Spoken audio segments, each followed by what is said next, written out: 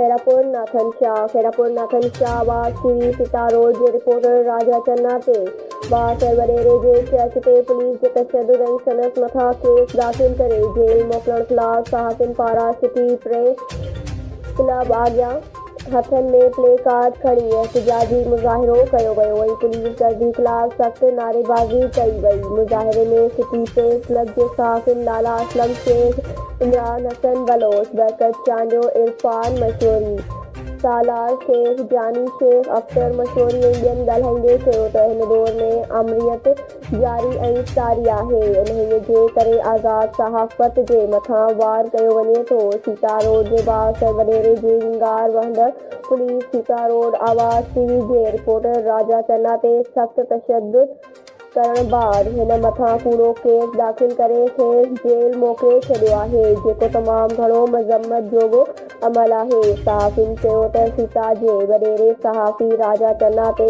अॻु बि केस दाख़िल करायो हुयो, जंहिंमें हू मेहर जी अदालत में हाज़िरियूं भोॻे पियो। हुननि चयो त पीपल्स पार्टी हुकूमत सहाफ़त जी आज़ादीअ जूं दवाऊं करे थी, पर पीपल्स पार्टी सां लाॻायल हिकु वडेरे जे चर्च ते हिकु सहाफ़ी लाइ ज़मीन तंग कई वई आहे।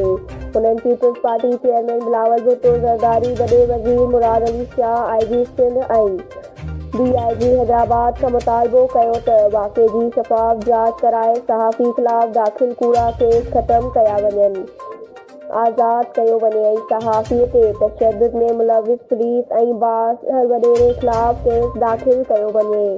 बरकत Ali Chandio, news Sindh express news, Khairpur Nathan Shah.